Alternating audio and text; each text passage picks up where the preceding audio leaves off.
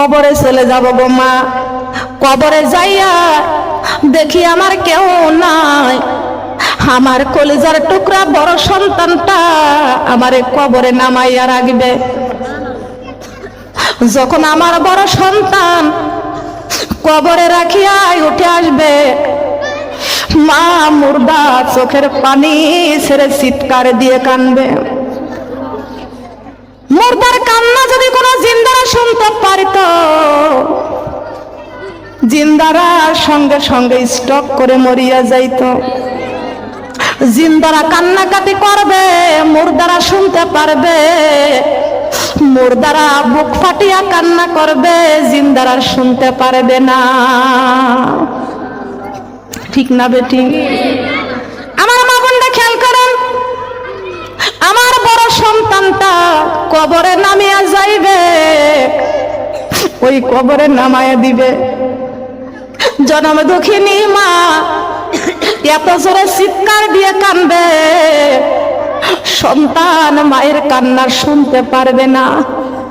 মায়ের চিৎকারের কান্নায় কবরের মাটি ফেটে যাবে, তবুও আমার সন্তান আমার কান্না শুনতে পারবে না। মুর্দা মা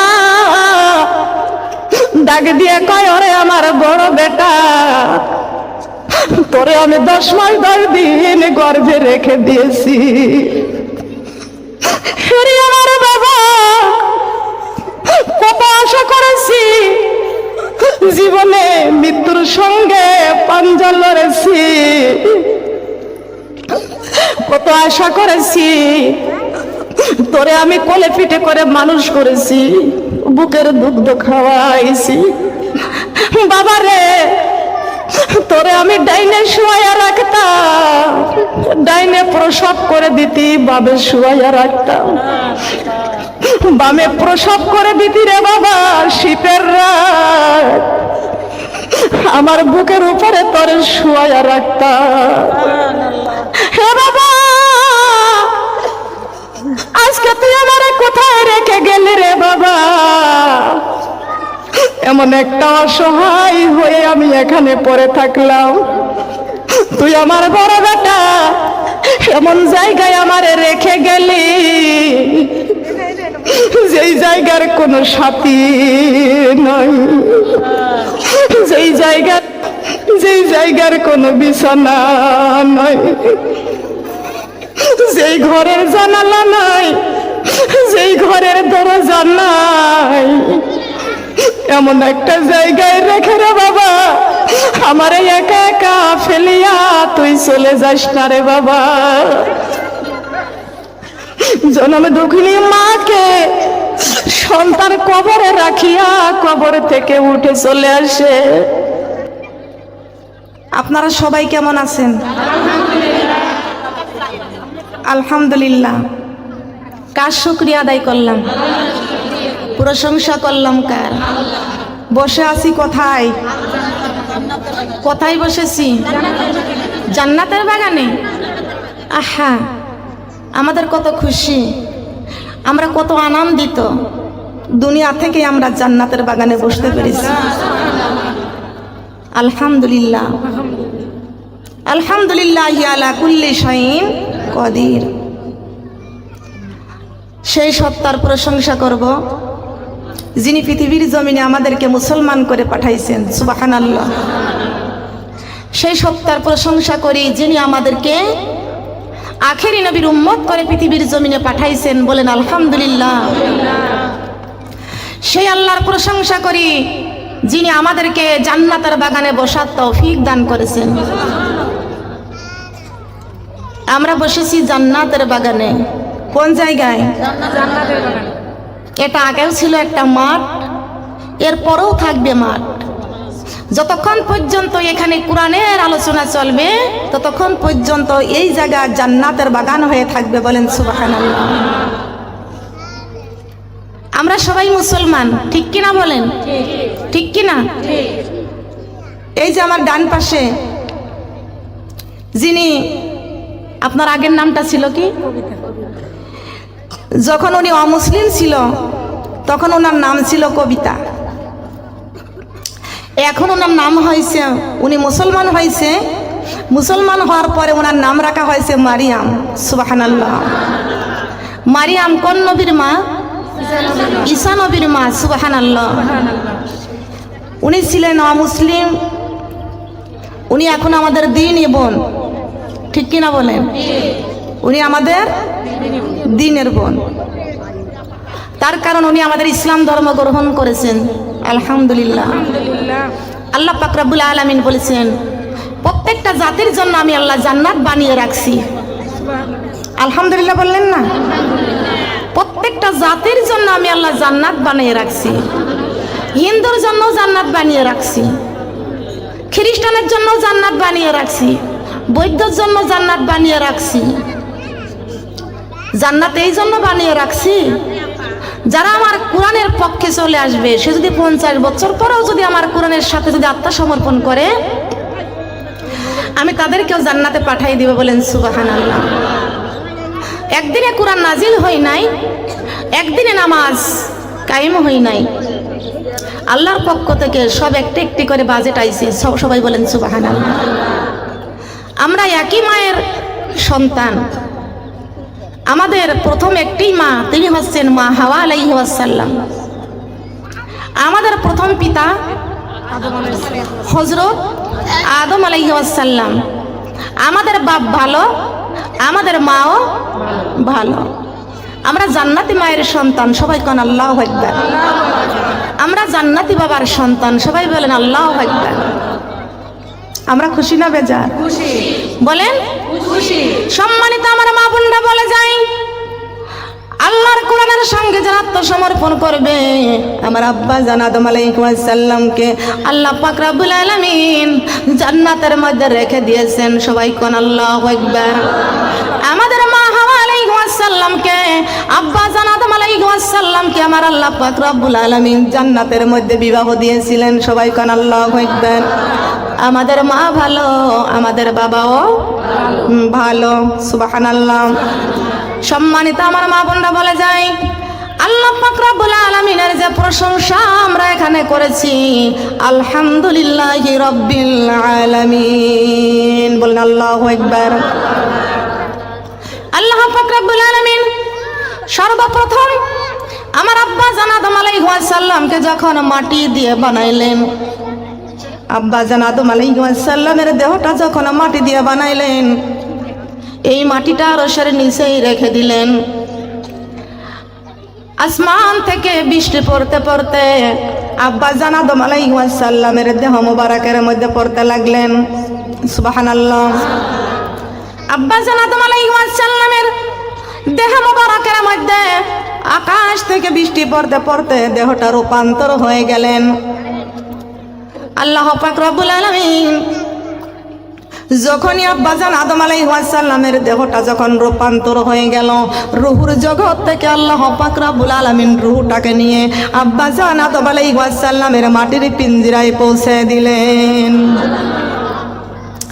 কার মাটির পিঞ্জিরায়? বলেন। এই মাটির পিঞ্জিরা। এটা কিসের পিঞ্জিরা? কিসের পিঞ্জিরা? কি দিয়ে বানিয়েছে? মিনহা খলাকনাকুম, তোমাকে মাটি দিয়ে তৈরি করা হয়েছে।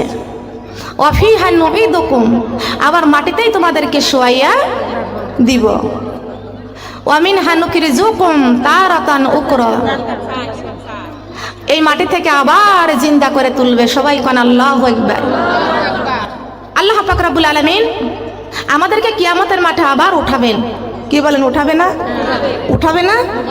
এই যে এই মাঠে যে জনগণ হয়েছেন আপনারা, একসঙ্গে যদি কারোর পিপাসা লেগে যায়, একজন উঠে যে আপনাকে পানি এনে দিবে, ঠিক কি না বলেন? কিয়ামতের মাঠে কানতে কানতে পানি পানি করতে করতে জিহ্বা ঝুলে নাভির স্থলে পড়ে যাবে, কুকুরের মতো ঝুলন্ত অবস্থায় হয়ে যাবে। এক ফোঁটা পানির ব্যবস্থা সেখানে হবে? বলেন হবে কি? দুনিয়াতে সাহায্য করবে কত মানুষ আছে, কিন্তু হাসরের মাঠে সাহায্যকারী কেউ হবে কি? কবরের মধ্যে কাউকে সাহায্য পাবো? বলেন পাবো? তাহলে আমরা এখনো কেন শিক্ষা নিচ্ছি না? কেন শিক্ষা নিচ্ছি না? সম্মানিত আমার মা বোনেরা, আমি ছোট্ট একটি মানুষ, আমি গুনাহগার ব্যক্তি, ভারতে 24 বার গুনাতে আমি মাহফিলে গেলাম। আহা, ভারতের মধ্যে দেখতে পাইলাম শুধু বিধর্মী, শুধু ফুল প্যান্ট পরা মেয়ে, গেঞ্জি শার্ট, গায়ে কোনো উড়না নাই। নাউজুবিল্লাহ বলেন। তাদেরকে দেখে দেখে কত মুসলমানের মেয়েরা ওই ফ্যাশন করে চলতেছে। আল্লাহকে ভয় করতে হবে। কাকে ভয় করতে হবে? ইন্নী আখাফুল্লাহ, আমরা ভয় করব কাকে বলেন? আল্লাহকে ভয় করতে হবে। আল্লাহ পাক রব্বুল আলামিন পৃথিবীর জমিনে আমাদেরকে পাঠায় দিয়েছেন। আল্লাহ পাক রব্বুল আলামিন ডাক দিয়ে বলেছেন, আমার বান্দারে পৃথিবীর জমিনে তোমাদেরকে সৃষ্টি করেছি। আমি যখন এই রূহটাকে নিয়ে আদম আলাইহিস সালামের মাটির পিঞ্জরায় যখন রূহটাকে আমি দিয়ে দিলাম, এই রূহটা আদম আলাইহিস সালামের মাটির পিঞ্জরায় যাওয়ার পরে আবার বের হয়ে গেল। বলেন আল্লাহু আকবার। আল্লাহ পাক রব্বুল আলামিন এই রূহটাকে ডাক দিয়ে বলে, রূহ রে, আমি পছন্দ করে যাচাই করে বাছাই করে আদমের মাটির পিঞ্জরায় ঢুকাইয়া দিলাম, তোরে পৌঁছাইয়া দিলাম। এ রূহ, কেন আদমের মাটির পিঞ্জরা থেকে বের হয়ে গেলি? এই রূহটা আল্লাহ পাক রব্বুল আলামিনকে ডাক দিয়ে বলেন, আল্লাহ, আপনি যে আদমের মাটির পিঞ্জরায় আমাকে দিয়ে দিছেন, আমাকে পৌঁছাইয়া দিছেন, ও মাবুদ, আদমের মাটির পিঞ্জরা বড় অন্ধকার। ওই অন্ধকারের মধ্যে আমি থাকতে পারি না। আদমের মাটির পিঞ্জরা বড় অন্ধকার, অন্ধকারের মধ্যে আমি রূহ থাকতে পারবো না। তার কারণ আমার আল্লাহ 3 বার করে ওই মাটির পিঞ্জরায় রূহটাকে পৌঁছে দিলেন। 3 বার করে আব্বা জান আদম আলাইহিস সালামের দেহ থেকে রূহটা বের হয়ে গেলেন। আল্লাহ পাক রব্বুল আলামিন ডাক দিয়ে বলেছেন, রূহ, এ রূহ, আমি পছন্দ করে আদমের মাটির পিঞ্জরায় তোকে আমি পৌঁছে দিলাম। বারবার কেন বের হয়ে যাচ্ছিস? আমার নাফরমানি করিস না। রূহটাকে দিয়ে কয়, আল্লাহ, এই আদমের মাটির পিঞ্জরা বড় অন্ধকার, ওইখানে আমি থাকতে পারবো না। আমার আল্লাহ পাক রব্বুল আলামিন ডাক দিয়া বলেছেন, রূহ রে, তুমি আদমের মাটির পিঞ্জরায় যাইয়া আমার আরশের দিকে তুমি লক্ষ্য করো। কোন দিকে? আরশের দিকে। সুবহানাল্লাহ। এইবার রূহ আব্বা জান আদম আলাইহিস সালামের মাটির পিঞ্জরায় যাইয়া আরশের দিকে যখন লক্ষ্য করলেন, সঙ্গে সঙ্গে আব্বা জান আদম আলাইহিস সালামের দেহটা তখন নূরান্বিত হয়ে গেল। বলেন সুবহানাল্লাহ। নূরান্বিত হয়ে গেল। সুবহানাল্লাহ। আলোকিত হয়ে গেল। আমার মা বোনরা কান লাগানি খেয়াল করে শুনুন। আব্বা জান আদম আলাইহিস সালামের যে মাটির পিঞ্জরা ছিল অন্ধকার, আরশের দিকে তাকানোর সঙ্গে সঙ্গে আব্বা জান আদম আলাইহিস সালামের মাটির পিঞ্জরাটা নূরানি হয়ে গেল। বলেন সুবহানাল্লাহ। বেহেশতের থেকে একটা হাসি আসলো। সুবহানাল্লাহ বলেন। মাটির দেহ, এই দেহে যদি রূহ না থাকে, দেহের কোনো দাম নাই, দেহের কোনো মূল্য নাই। বলেন আছে কি? বলেন আছে কি? মাটির পিঞ্জিরা ভাঙ্গিয়া সুরিয়া, একদিন তো যাইবে রে পাখি ছাড়িয়া ছাড়িয়া। মাটির পিঞ্জিরা ভাঙ্গিয়া সুরিয়া, একদিন তো যাইবে রে পাখি ছাড়িয়া, একদিন তো যাইবে রে পাখি ছাড়িয়া। আলেমে গণকে ধরিয়া এলেমে কালাম শিখিয়া, আলেমে গণকে ডাকিয়া এলেমে কালাম শিখিয়া, নামাজি রোজা লও রে সাথী বানাইয়া বানাইয়া, নামাজি রোজা লও রে সাথী বানাইয়া বানাইয়া। আল্লাহর কোরআন সারিয়া কবরতে যাইও না, আল্লাহর কোরআন সারিয়া কবরতে যাইও না, ওই কবরের কঠিন আযাব সইব না পারব না, ওই কবরের আযাব সইতে পারব না পারব না। নামাজি রোজা ছাড়িয়া কবরতে যাইও না, নামাজি রোজা ছাড়িয়া কবরতে যাইও না, কবরের আযাব সইতে পারিব না পারিব না, ওই কবরের আযাব সইতে পারিব না পারিব না। আল্লাহর জিকির করিয়া জবানে রাখো ভিজাইয়া, আল্লাহর জিকির করিয়া জবানে রাখো ভিজাইয়া, মৃত্যু কষ্ট যাবে দূরে পালাইয়া পালাইয়া, মৃত্যু কষ্ট যাবে দূরে পালাইয়া পালাইয়া। ঠিক কিনা বলেন? সত্য না মিথ্যা? আল্লাহর জিকির করে জবানটা ভিজায় রাখবো, সুবহানাল্লাহ বলেন। আলেমগণকে ধরিয়া এলেম কালাম শিখার দরকার আছে কি না? আল্লাহর কোরআন না নিয়ে কবরেতে যায়েন না, এই কথা কার? কথা বলেন কার? কোরআন নাজিল করেছেন কে? বলেন।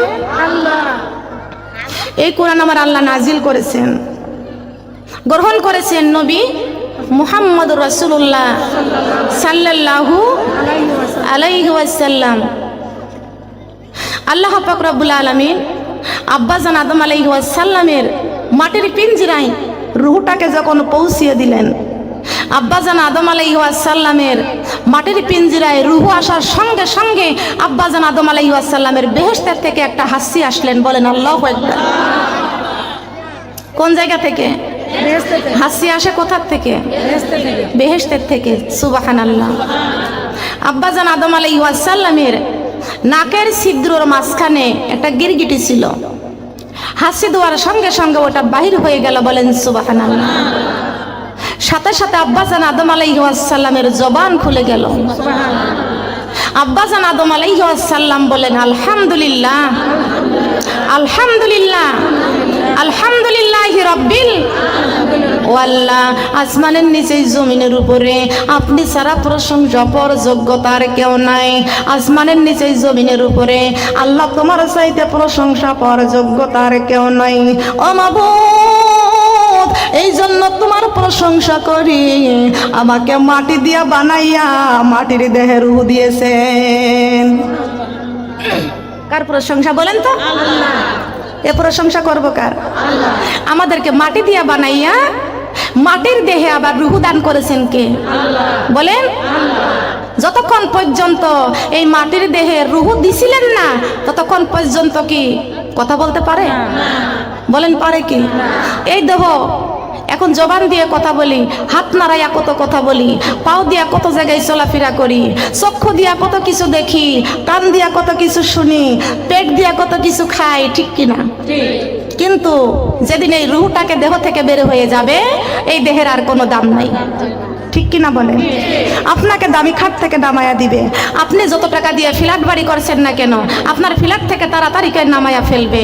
কত টাকা দামের পাটি, কত টাকা দামের বিছনা, কত টাকা দামের চাদর, আপনার বিছনা সব কিছু পরে থাকবে। আপনাকে খাট থেকে নামাইয়া একটা সিরা একটা পুরাতন পাটির মধ্যে শোয়াইয়া দিবে, মাথার মধ্যে একটা বালিশ পর্যন্ত। সুবহানাল্লাহ ওয়ালহামদুলিল্লাহ লা ইলাহা ইল্লাল্লাহ। সুবহানাল্লাহ ওয়ালহামদুলিল্লাহ লা ইলাহা ইল্লাল্লাহ। সুবহানাল্লাহ আলহামদুলিল্লাহ লা ইলাহা ইল্লাল্লাহ সুবহানাল্লাহ আলহামদুলিল্লাহ লা ইলাহা ইল্লাল্লাহ সুবহানাল্লাহ আলহামদুলিল্লাহ লা ইলাহা ইল্লাল্লাহ এশোরে মুমিন পড়রে কোরআন এশোরে মুমিন এশোরে মুমিন পড়রে কোরআন সময় কিন্তু আর বেশি নাই অন্ধকারে কবরে কঠিন আযাব কোরআন সারাই উপায় নাই সুবহানাল্লাহ আলহামদুলিল্লাহ লা ইলাহা ইল্লাল্লাহ সুবহানাল্লাহ আলহামদুলিল্লাহ লা ইলাহা ইল্লাল্লাহ সুবহানাল্লাহ আলহামদুলিল্লাহ লা ইলাহা ইল্লাল্লাহ ও মাগো নামাজ রোজা ছাড়িও না মাগো আল্লাহর কোরআন ভুলিও না মাগো নামাজ রোজা ছাড়িও না মাগো আল্লাহর কোরআন ভুলিও না কোরআন ভুলে কবরে গেলে মাগো কবরে শান্তি পাইব না সুবহানাল্লাহ আলহামদুলিল্লাহ লা ইলাহা ইল্লাল্লাহ সুবহানাল্লাহ আলহামদুলিল্লাহ লা ইলাহা ইল্লাল্লাহ সুবহানাল্লাহ আলহামদুলিল্লাহ লা ইলাহা ইল্লাল্লাহ আসমানে আল্লাহ জমিনে আল্লাহ শান্তির মালিক তুমি আল্লাহ সুবহানাল্লাহ আলহামদুলিল্লাহ লা ইলাহা ইল্লাল্লাহ লা ইলাহা ইল্লাল্লাহ মুহাম্মাদুর রাসূলুল্লাহ সবাই বলি সাল্লাল্লাহু আলাইহি ওয়াসাল্লাম।